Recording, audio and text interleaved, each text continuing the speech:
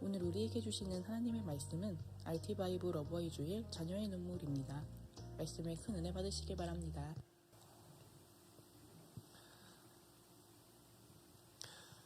지금 대한민국은 결혼하지 않는 세대, 또 아이를 낳지 않는 대한민국을 우리는 살고 있습니다. 왜 이런 현상이 일어날까요? 출생률이 0.65, 그 이하를 밑돌 만큼 지금 이 세대는 결혼하지 않는 세대, 아이를 낳지 않는 세대입니다. 왜 그럴까? 말씀을 준비하면서 한번 살펴봤습니다. 지금 현재 네이버에서 대한민국 이혼율을 딱 쳐보니까 한 해에 결혼하는 커플이요, 약 19만 커플이 나오더라고요. 그리고 이혼하는 커플이 무려 9만 3,066명에 이르더라고요. 19만 커플 중에 9만 3천 커플이 이혼을 한다면 아마도 이혼율은 약 50%를 육박하는 것 같습니다.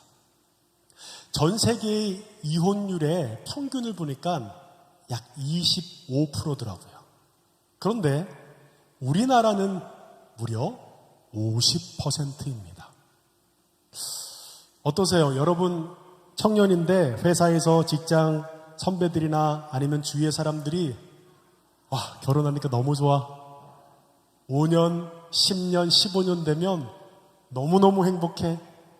야, 너 결혼 꼭 해야 돼. 후회하지 않고. 나 봐. 나 맨날 집에 빨리 가지. 너무너무 아내를 만나고 싶고 아이를 만나고 싶어서 이렇게 빨리 가는 거야. 혹시 이렇게 하는 선배들 있으십니까? 여러분 표정을 보니까 목사님 그렇게 얘기하는 사람 거의 없는 것 같은데요. 결혼은 무덤이야. 너 할 수 있는 한은 좀 솔로로 오래 살아. 그리고 애 낳는 순간 네 인생은 끝이야. 어찌 보면 세상 속에서 얘기하고 있는 결혼에 대한 얘기, 자녀에 대한 얘기는 너무나 절망적입니다. 제가 청년이랑 한번 상담을 했는데 자기네 집안 부모는 안 싸운대요. 우와, 진짜 안 싸워? 네, 저희 집안 엄마 아빠는 안 싸워요. 와, 그러면 하남 지방에 안 싸우는 부부 한 커플이 있다고 하는데 그게 니네 집이니? 라고 얘기하니까 목사님, 이제 서로 포기했어요. 처음에는 서로가 뭔가 잘해보려고 아웅대웅 싸웠는데 이젠 더 이상 싸울 이유를 상실해버린 엄마 아빠의 모습. 그래서 그냥 집에 오면 마치 남북이 휴전되어 있는 비무장지대처럼 아주 고요하면서 각자의 자신의 삶을 살고 있는 평행선을 돌고 있다라는 얘기를 하더라고요. 여러분, 만약 부모가 행복하지 못하면 그 가정은 따뜻하고 집에 들어가고 싶을까요? 아니면 부모의 그 행복하지 못했던 무언가 감정적인 어려움이 자녀에게로 흘러갈까요?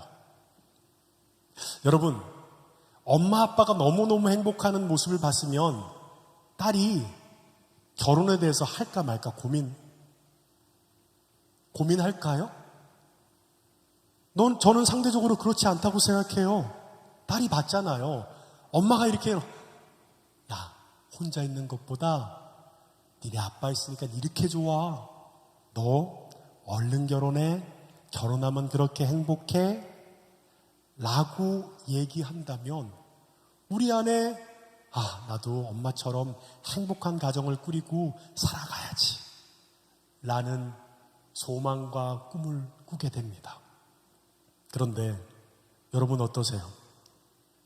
우리 가운데 사랑해야 될 것이 사랑하지 못하다 보니까 대한민국에 결혼하는 커플 중 50%는 이혼을 합니다. 그러면 이혼을 하기 전에 태어난 자녀들은 어떻게 되죠?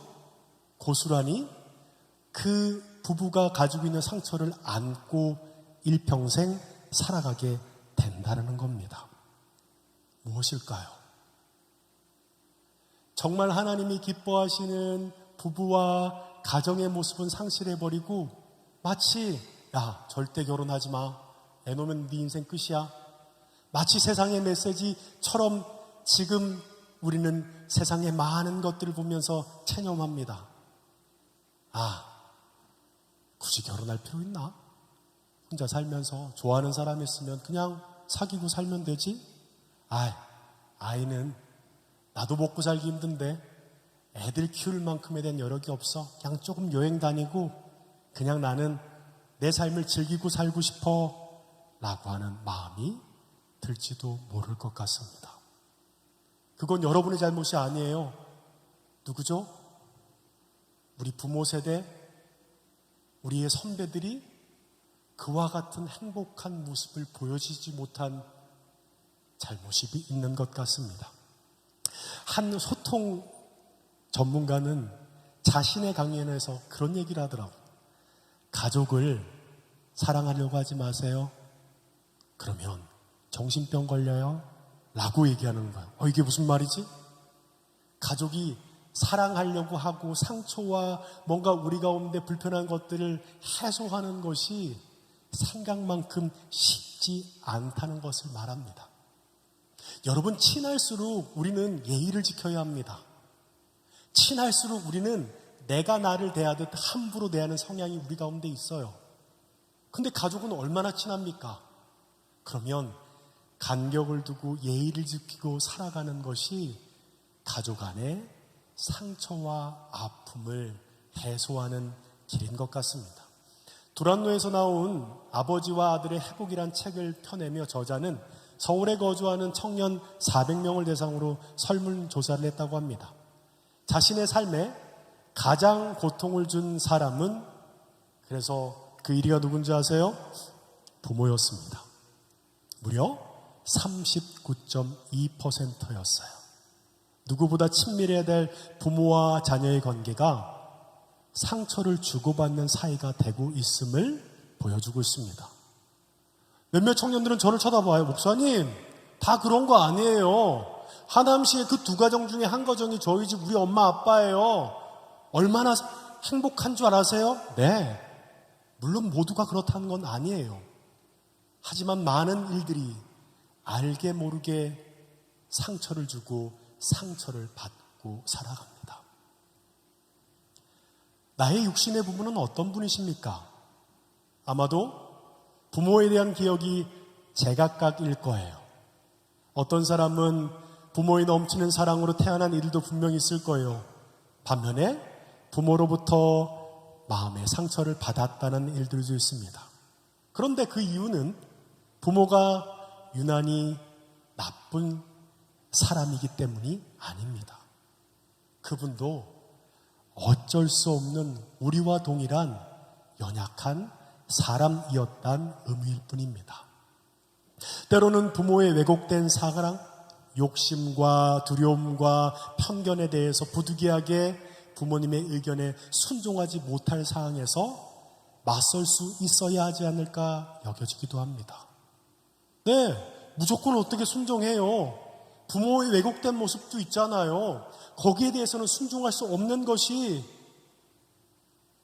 당연한 거 아니에요?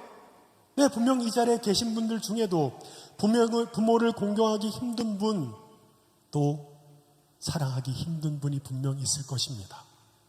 이상하게 여기지 마세요. 부끄러워할 것도 아닙니다.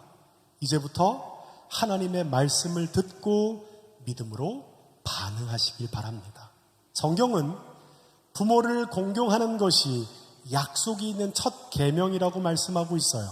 우리 2절, 3절 함께 읽어보겠습니다. 2절, 3절 함께 읽겠습니다. 시작!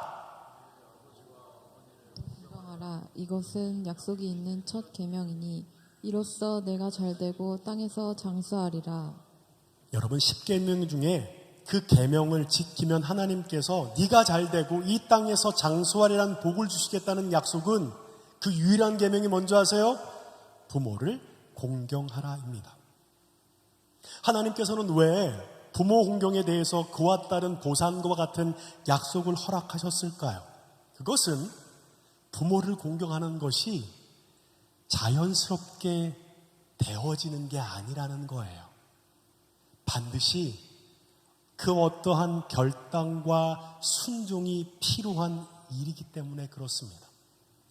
자녀들은 부모와 아주 가까이 밀착하여 삽니다. 자녀는 부모의 무엇을 보고 배우고 닮아가는지 아세요? 부모의 앞모습이 아니고요, 부모의 뒷모습을 배우며 살아갑니다. 부모의 은밀한 모습까지도 알고 있어요. 약점, 미숙한 면, 마음의 상처까지도 다 알고 아주 직접적인 영향을 받기도 합니다. 그래서 누구라도 부모로부터 크고 작은 상처를 받는 것입니다. 한 부부가 부부싸움을 했어요. 그것을 알리 없는 어린아이가 엄마에게 무엇을 해달라고 조릅니다. 엄마는 아빠랑 격앙되어 싸우고 있는데, 엄마, 나 이거 좀 도와줘. 엄마, 나 이거 좀 먹고 싶어. 전에는 엄마가 분명 귀엽다고 잘했다고 얘기했는데 갑자기 소리를 지면서 얘기합니다. 조용히 하라고. 내가 지금 어떤 상황인지 넌 눈치도 없니? 입 닫고 가만히 있어. 아직 영문도 모르고 눈치가 없는 어린아이는 계속 때를 씁니다. 엄마, 나 이거 먹고 싶어. 이거 나 필요해. 결국 엄마는 감정을 확 펼치고 난 다음 급기야 아이를 마구 때립니다.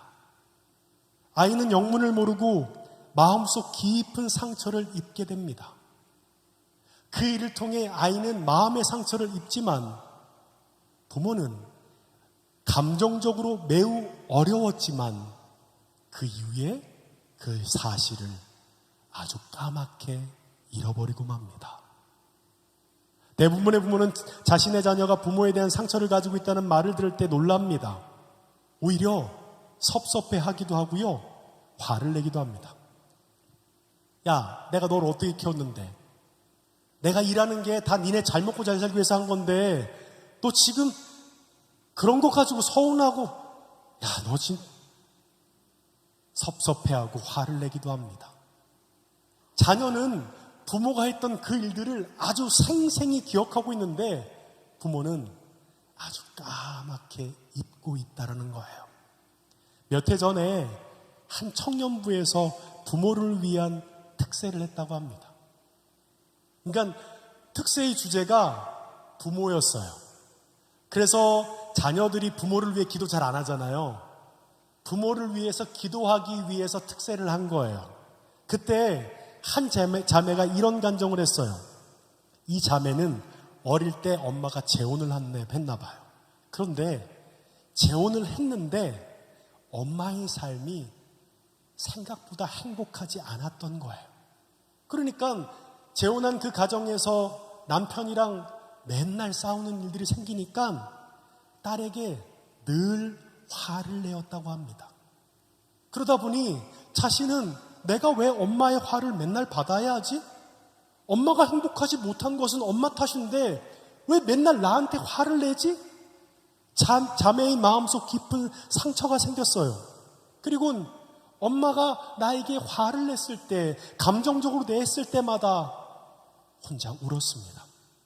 그래서 사춘기가 되어서는 엄마한테 대들기도 했고요, 집에 들어가는 일이 마치 지옥과 같이 느껴졌고 삶을 살기 싫다는 마음까지도 들었습니다. 그리고 나니 정작 결혼할 정년이 되었는데도 실패와 같은 엄마의 삶을 보며 결혼에 대한 큰 반감을 갖게 되었습니다.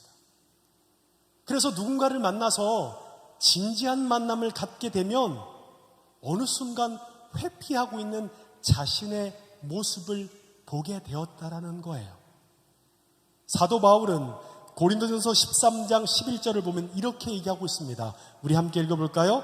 시작! 내가 어렸을 때에는 말하는 것이 어린아이와 같고 깨닫는 것이 어린아이와 같고 생각하는 것이 어린아이와 같다가 장성한 사람이 되어서는 어린아이의 일을 버렸노라.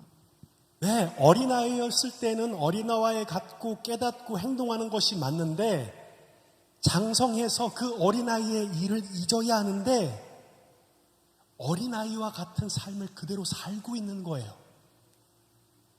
다시 설명해 볼까요? 나이는 30이 넘었는데 아직 10살 초반의 그 어린아이의 모습이 그대로 있다는 것을 말하고 있다라는 겁니다. 어떨 때 그런 일이 생기는 줄 아세요? 내가 상처가 너무 클 때.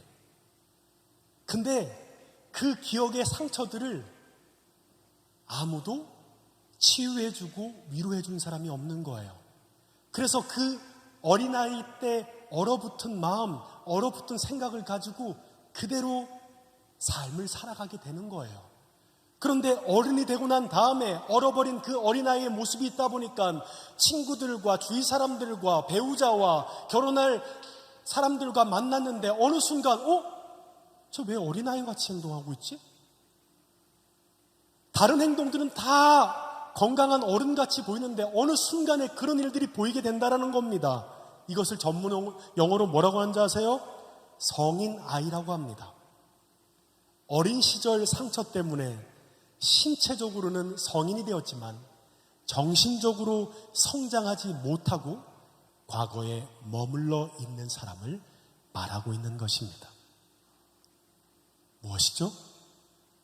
어린아이 때의 상처와 아픔으로 인해 어린아이의 모습에 머물러 있는 것을 말하고 있는 것입니다. 어린 시절의 마음의 상처는 대부분 어디서 받죠? 부모한테 받죠. 그러면 언제 어린아이의 일을 버리게 될까요? 많은 사람들이 마치 그것을 운명과 같이 생각할 수도 있습니다. 엄마가 그렇게 살았으니까 내 인생은 어쩔 수 없어.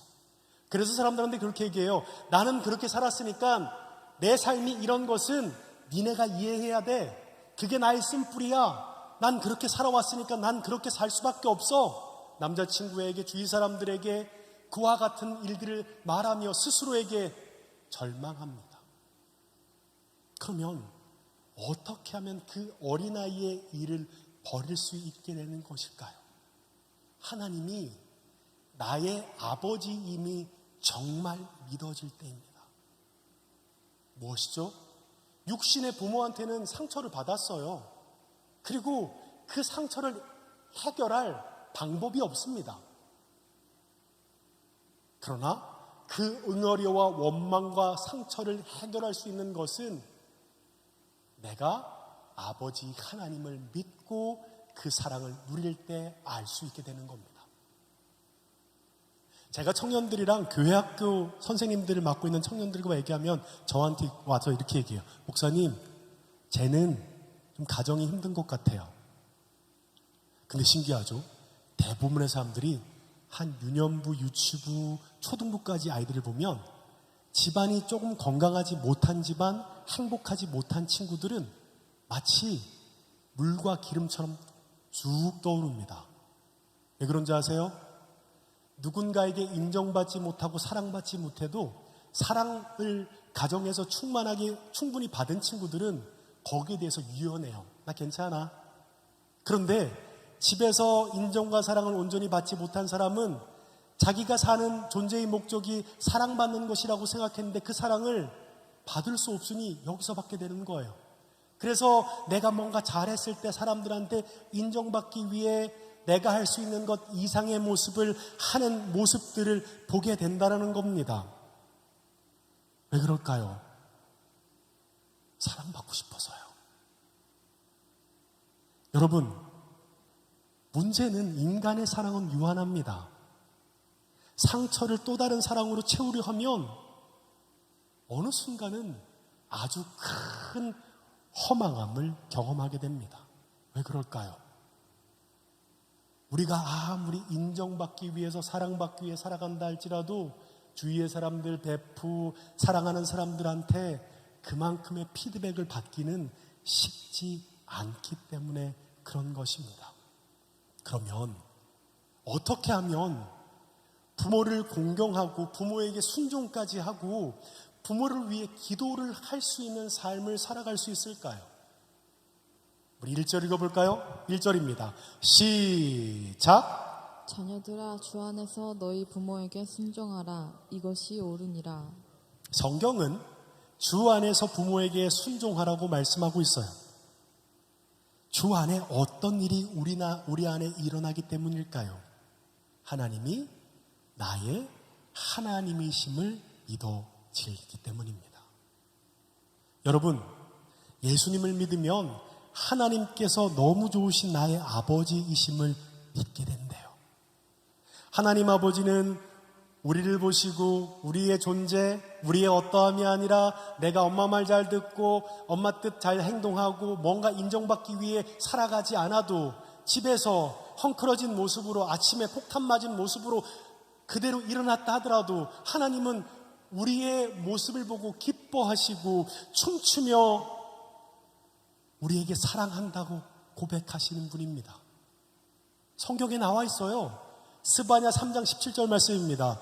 너의 하나님 여호와가 너희 가운데 계시니 그는 구원을 베푸실 전능자이시다.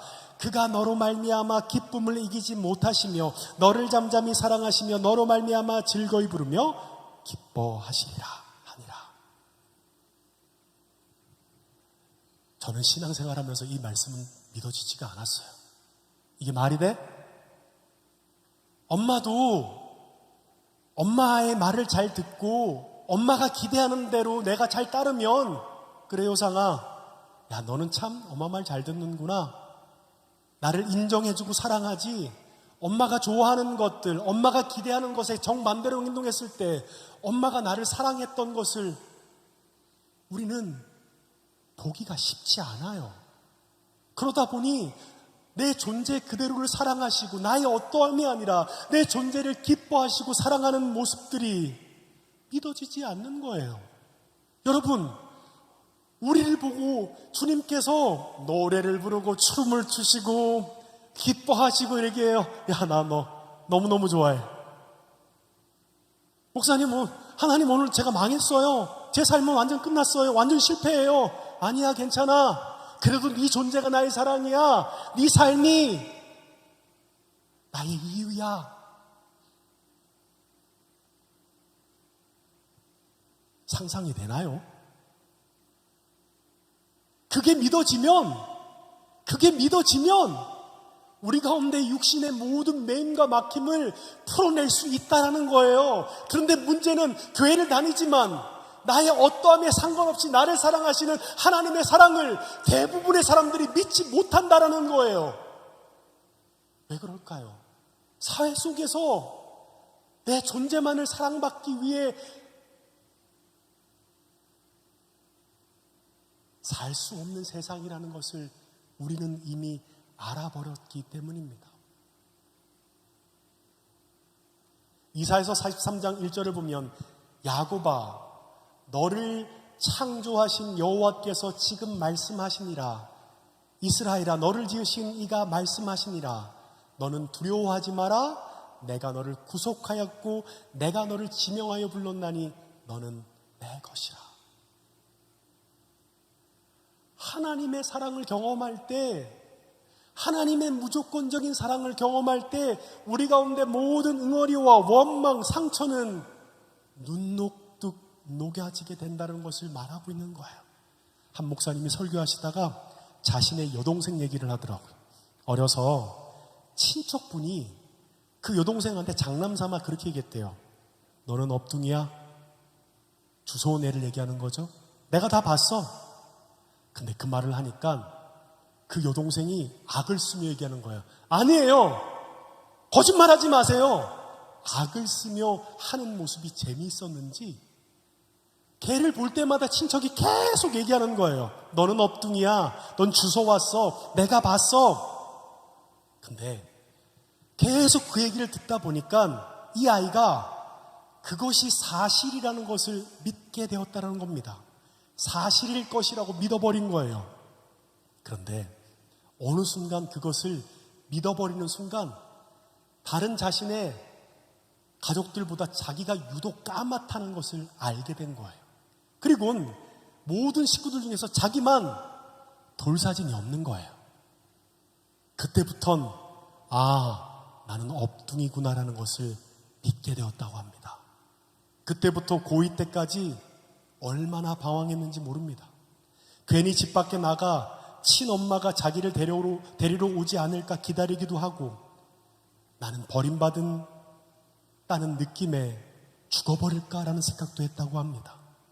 그런데 어느 날 엄마 친구가 자신을 보고 얘기하는 거예요. 야, 너는 엄마랑 똑 닮았네? 라는 얘기를 하는 거예요. 나는 색깔도 다르고 피부색도 시커매서 엄마랑 안 닮았는데? 그리고 나서 엄마가 18살 때의 사진을 본 거예요.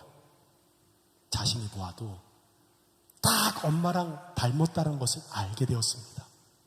그리고는 이 아이가 소리를 지른 거예요. 엄마! 엄마가 내 오빠가 엄마가 맞아! 나는 엄마가 내 엄마가 아닌 줄 알았어. 울면서 그렇게 소리 지르랍니다. 그때부터 이 아이의 삶이 완전히 뒤집어졌습니다. 여러분, 우리가 하나님께서 나의 아버지이심을 깨달을 때 우리의 삶은 달라진다는 것을 말하는 거예요. 데이트 할 때 여자들이 항상 이렇게 물어봐요. 오빠는 내가 왜 그렇게 좋아? 너라서.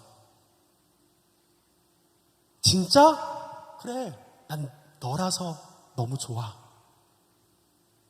근데 그렇게 일평생 얘기해야 되는데 1년 지나고 2년 지나고 3년 지나고 결혼하고 살다 보면 그때도 자기야 나 왜 좋아? 그때도 너라서 할까요? 아니에요.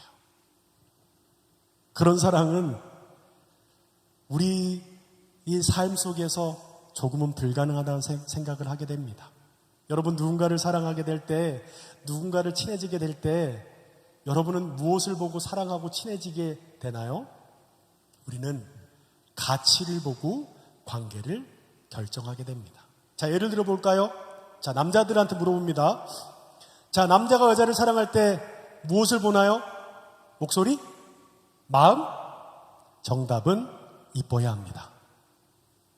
30대, 40대, 50대, 60대 60대를 넘은 남자들한테 물어봤다고 해요. 여러분은 여자를 만날 때 무엇을 보세요? 마음일까요? 목소리일까요? 60대 넘은 남자들도 그 대답은 이뻐야 합니다 라고 했답니다. 얼굴이죠. 당신은 여자의 무엇을 봅니까? 마음인가요? 여러분, 이쁘다는 것은 무언가 내가 보기에 만족할 수 있는 가치를 일컫습니다.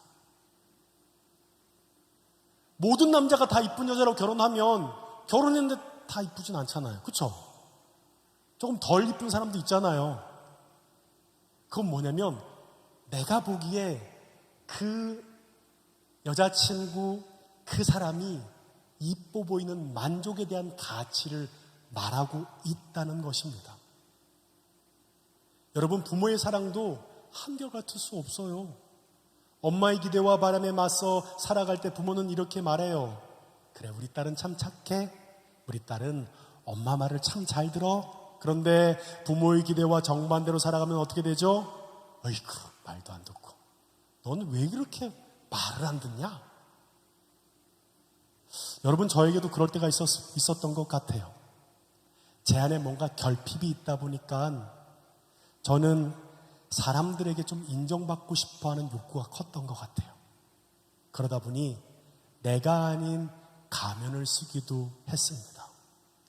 근데 사람들에게 인정받기 위해서, 사랑받기 위해서 가면을 쓰고 사다 보니 어느 순간 내 안에 더 큰 공허함이 생기더라고요. 나는 있는 그대로 사랑받지 못하는 걸까?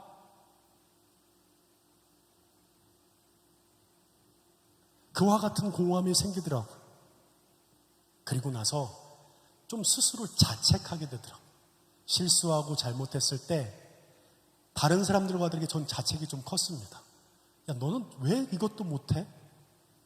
라는 자책이 제 안에 엄청났을 때 그 답답한 마음으로 예배를 참석하게 되었습니다.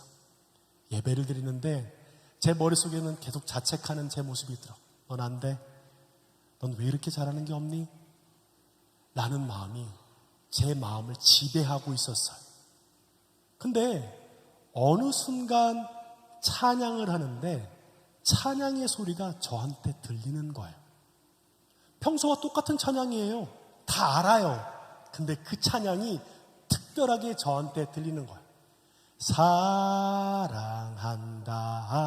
아들아 내가 너를 잘 아노라.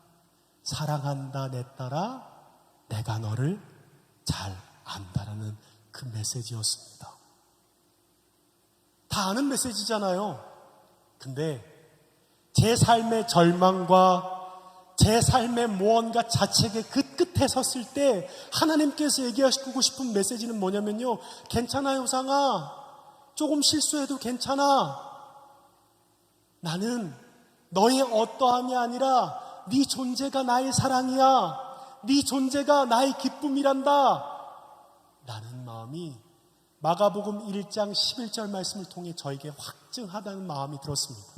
우리 함께 읽어볼까요? 시작. 하늘로부터 소리가 나서 이르기를 너는 내 사랑하는 아들이라 내가 너를 기뻐하노라 하시니라. 다시 한번 읽어볼까요? 시작. 하늘로부터 소리가 나기를 너는 내 사랑하는 아들이라 내가 너를 기뻐하노라 하시니라.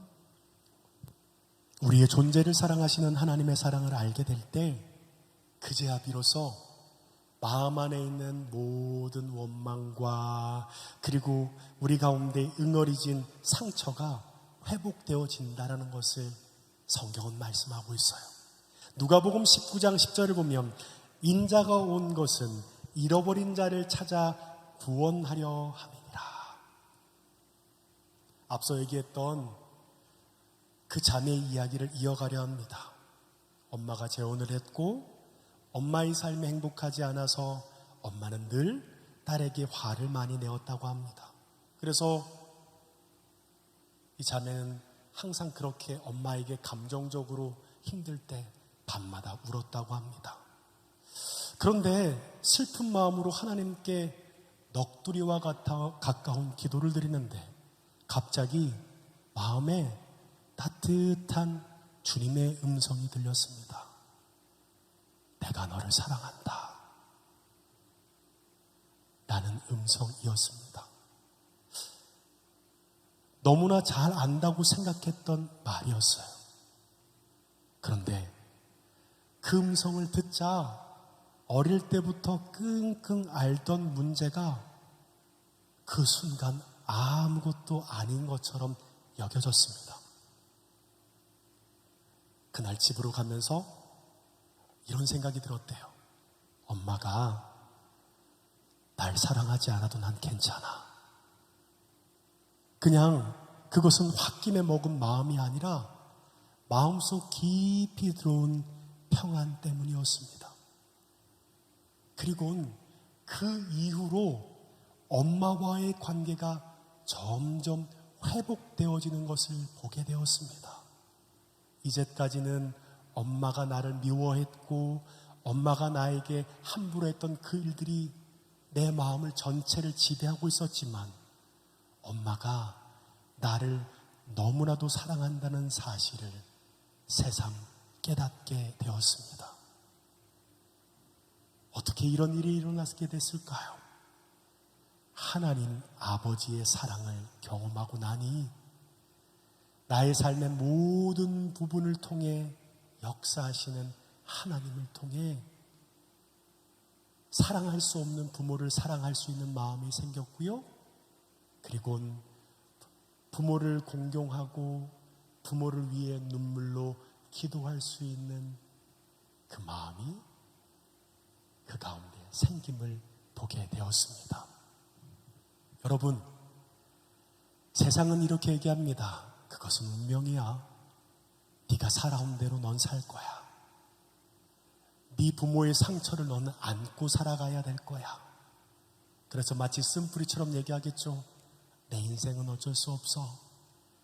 나는 그렇게 들어왔고 살아왔기 때문에 내가 살아갈 인생은 내가 보고 들은 것만큼 살 수밖에 없어라고 스스로에게 운명론으로 스스로를 단절할 수 있지만 그 가운데 우리를 사랑하시는 하나님의 사랑을 경험하게 될 때 비로소 그것을 넘어갈 수 있는 용기를 갖게 되는 것입니다. 왜 그럴까요? 많은 사람들이 왜 자살하는 줄 아세요? 아무도 나를 사랑하지 않는다라고 생각했을 때 삶의 끝에 서게 됩니다. 하지만 한 사람이라도 내가 나의 어떠함이 아니라 내가 뭔가 사람들에게 손가락질 받고 내가 뭔가 잘못했다 할지라도 괜찮아. 난 그래도 네 편이야. 네가 어떠든 상관없어. 난 네 옆에 있을 거야. 그와 같은 사람이 한 명만 있다면 그 사람은 절대 삶을 허비하지 않습니다. 네, 우리가 삶을 살아가면서 친구들, 가족들, 사람들에게 인정받기 위해, 사랑받기 위해 그 한 사람을 남기기 위해서 열심히 애를 썼지만 막상 주위의 사람들은 생각만큼 남아있지 않죠? 하지만 그럼에도 불구하고 내 존재를, 나를 사랑하시는 하나님의 사랑을 믿게 된다면 이해할 수 없는 부모의 사랑조차도 이해할 수 있는 마음이 우리 가운데 생길 것입니다. 우리 이 시간 함께 좀 찬양했으면 좋을 것 같아요. 그 사랑, 우리 함께 찬양할까요?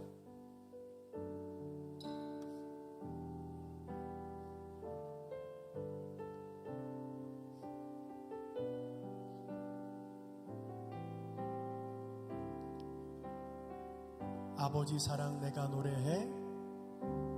아버지 사랑 내가 노래해.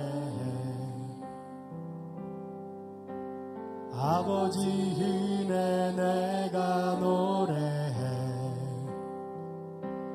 그 사랑 변함없으신 거짓 없으신 성실하신 그 사랑 상한 갈 때 꺾지 않으시니 꺼져가는 등불 끄지 않는 그 사랑 변함없으신 거짓 없으신 성실하신 그 사랑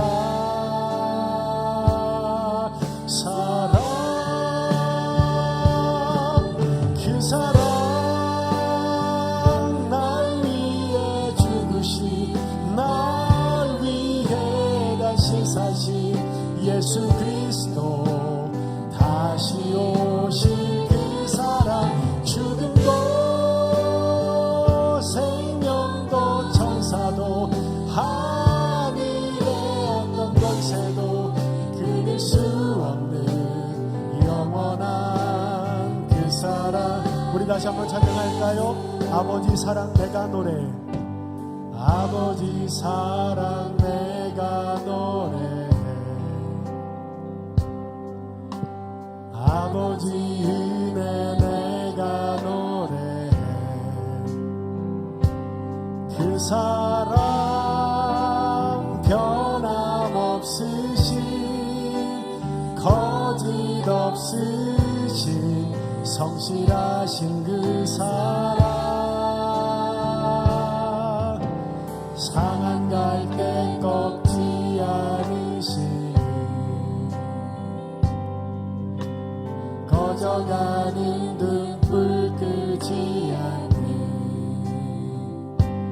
그 사랑 변함없으신 거짓 없으신 성실하신 그 사랑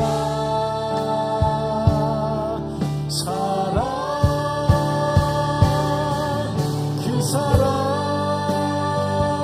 날 위해 죽으신 날 위해 다시 사신 예수 그리스도 다시 오신 그 사랑 죽음도 생명도 천사도 하늘의 어떤 권세 전심으로 찬양할까요? 그 사랑, 그 사랑, 날 위해 죽으신, 날 위해 다시 사신 예수 그리스도, 다시 오실 그 사랑, 죽음도 생명도 천사도 하늘의 어떤 권세도 끊을 수 없. 우리 마지막 찬양할까요? 그 사랑,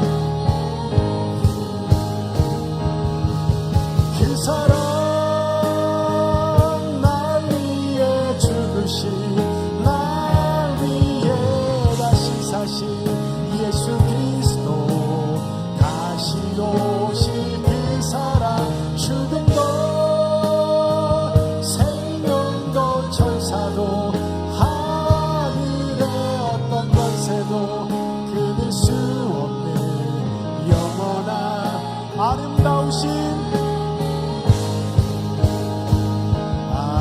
아름다우신, 오 놀라우신, 형용할 수 없는 사랑,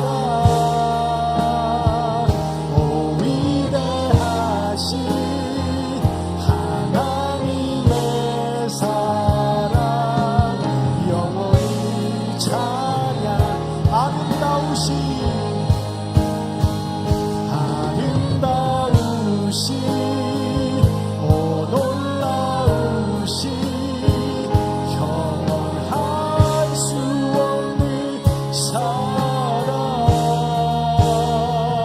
오 위대하신 하나님의 사랑, 영원히 찬양. 주와 같은 분은 없습니다. 주와 같은 분이 없네. 이 세상 그 누구도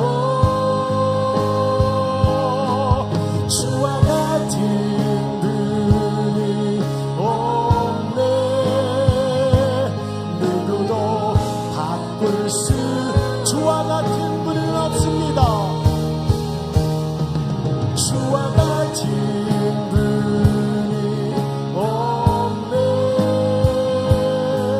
이 세상 그 누구도 주와 같은 분이 없네. 누구도 바꿀 수 없네. 아름다우신, 오 놀라우신, 형용할 수 없는 사랑, 오 위대하신 하나님의 사랑, 영원히 아름다우신, 아름다우신, 오 놀라우신, 형용할 수 없는 사랑,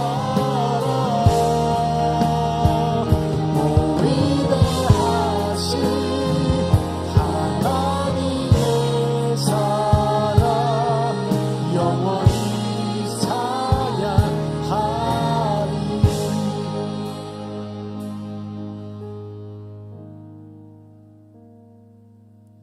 주와 같은 분은 없네. 이 세상 그 누구도 주와 같은 분은 없네. 누구도 바꿀 수 없네.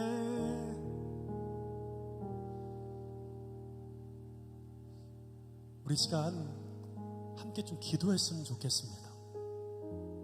막 소리를 지르고 하나님 도와주세요, 살려주세요 라는 기도 말고요. 하나님, 부모를 공경하고 순종할 마음, 그 용기, 하나님 어떻게 그렇게 할 수 있죠? 먼저 오늘 말씀을 통해 주시고자 하는 하나님의 마음을 우리 좀 잠시 침묵함으로 하나님 앞에 듣는 시간을 가졌으면 좋겠습니다.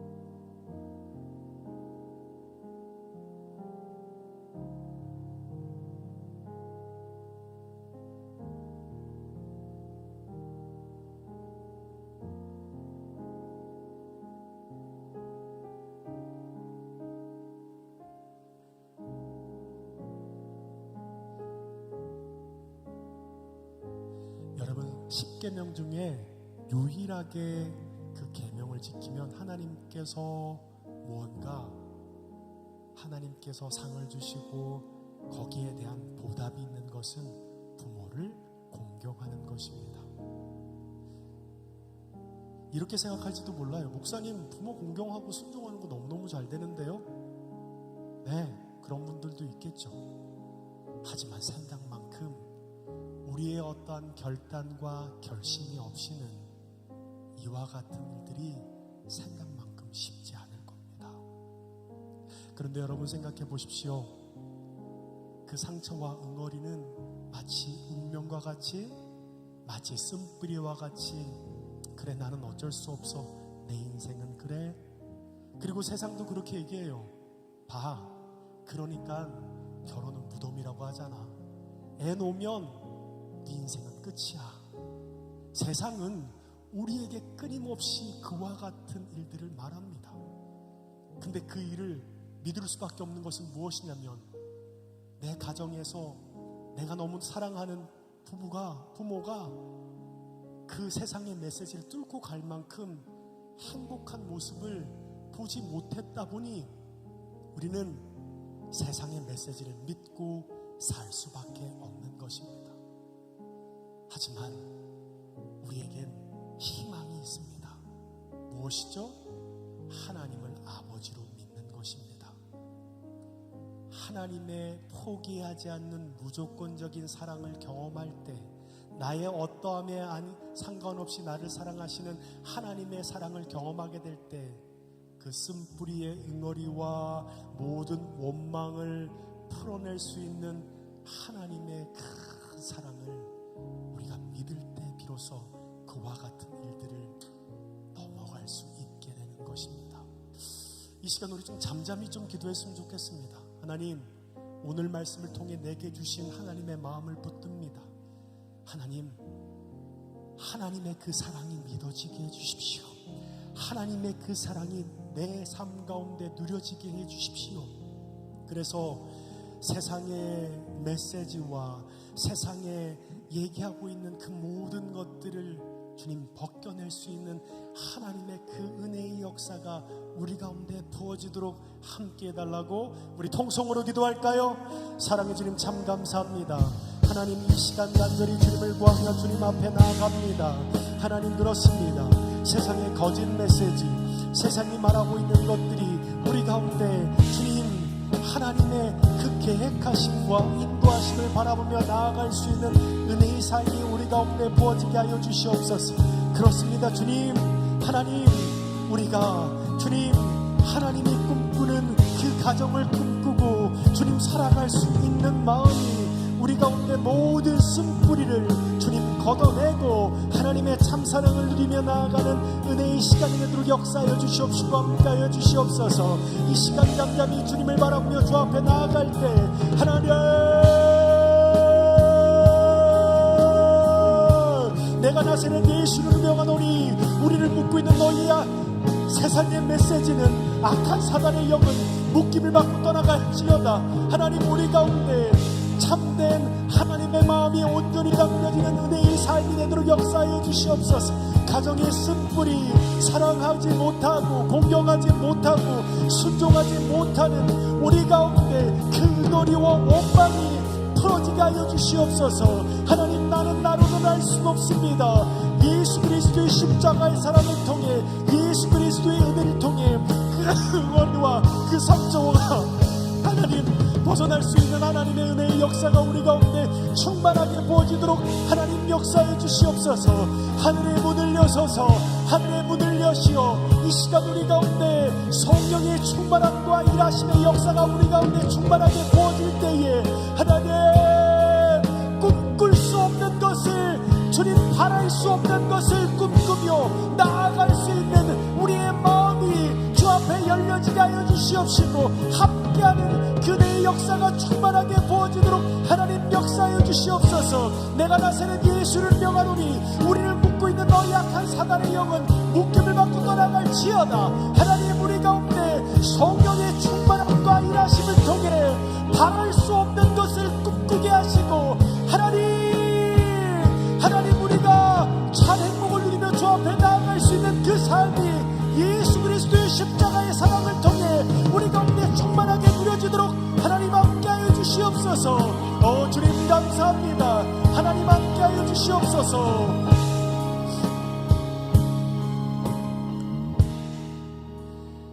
하나님, 우리가 언제 우리의 부모를 위해 울면서 기도했던 적이 있습니까? 내 삶을, 내 살아가는 내 상처와 내 아픔을 위해서는 눈물로 기도했지만, 부모를 위해 그렇게 가슴을 치고 울며 눈물에 기도했던 적이 없는 우리의 모습을 보게 됩니다.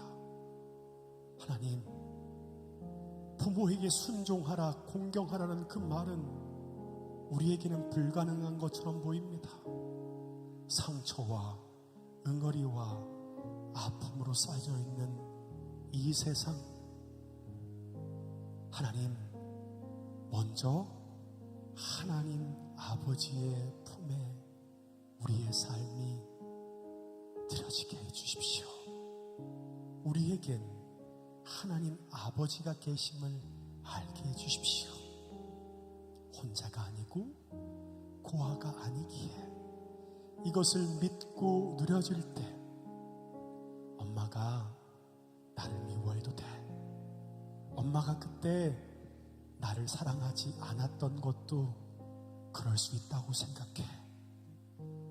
라는 용기 있는 우리의 고백은 우리의 가슴속 깊은 하나님의 평안을 통해 고백되어지는 것을 알게 해주십시오. 이것을 믿고 누릴 때 육신의 부모를 향한 마음이 풀어지게 되는 것입니다. 하나님, 내 부모를 위해 눈물로 기도하게 해주십시오.